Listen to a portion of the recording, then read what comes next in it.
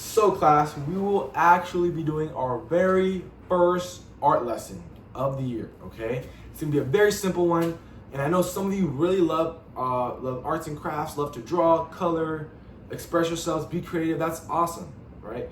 And I know some of you don't. Some of you, it's not your thing, right? That's also awesome because yeah, we're just gonna be having fun, learning. It'll be very quick, simple, and yeah, we'll make it easy today. It'll just only be 3 vocabulary words. I want you guys to really remember these 3 vocabulary words before we even get going. The first one is a circle. Most of you guys know what it is. If you don't, it's just a big round circle. Like when you look at the wheel on the bus, right? It's a very round circle with no corners or anything like that. Just round, simple, right? Next, we got our shading. We're gonna be working with shading today. Actually, most of you guys might not know what that is, but no worries. I'll give you guys a quick example, right? Say if it's so hot and you're playing soccer or like some sport and you're sweating, right? And you want a break. You need to sit down. And there's a big tree, right? A big tree, and if the sun's beaming down on you, where would you most likely go? Right, you'd go under the tree. And can someone tell me why? Chrysanthemum?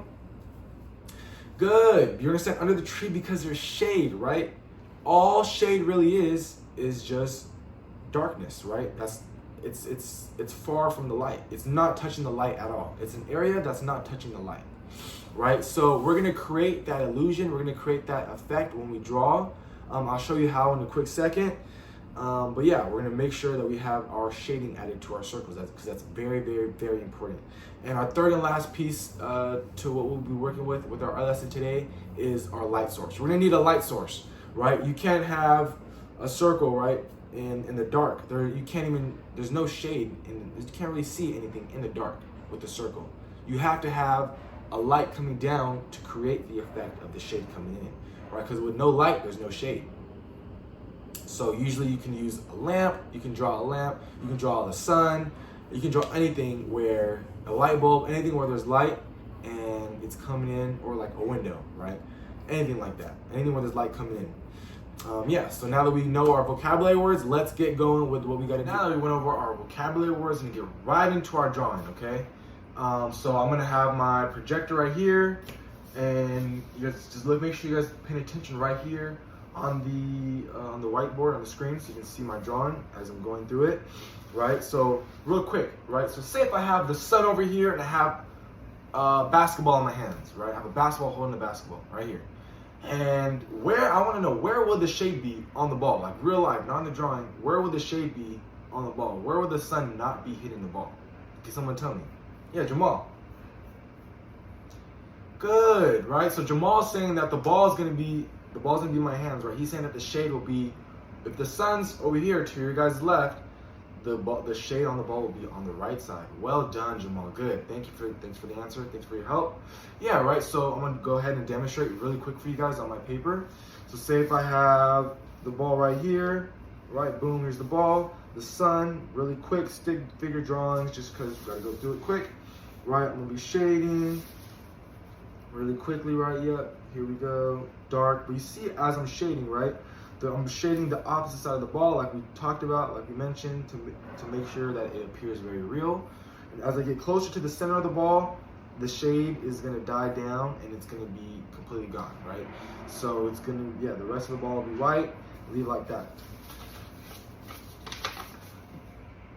And the last thing that I'm gonna be drawing on the circle, make sure, right, you have the light source. Like I have my sun showing, I can see where the light's coming from because it's very bright, right? Where the ball is at, where the ball is making contact with the light from the sun is very bright, right? Leave that white completely. Yeah, so now I want you guys, we're all gonna do it together. Okay, so now get started with your drawing.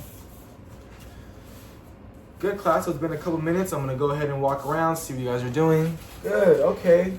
Let's see, Alina, what do you have here? Okay, make sure when you're drawing your circle, you have the light source, right? I need to see where the sun is at.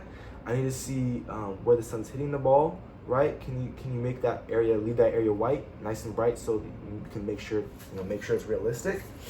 And also too, where's the shadow? I don't need the shadow on the right or left, right? If the sun's directly on the top, the shadow should be where? Good, it should be on the bottom, away from the sun, right? Remember, class, what is a shadow, right? What is a shadow, you guys?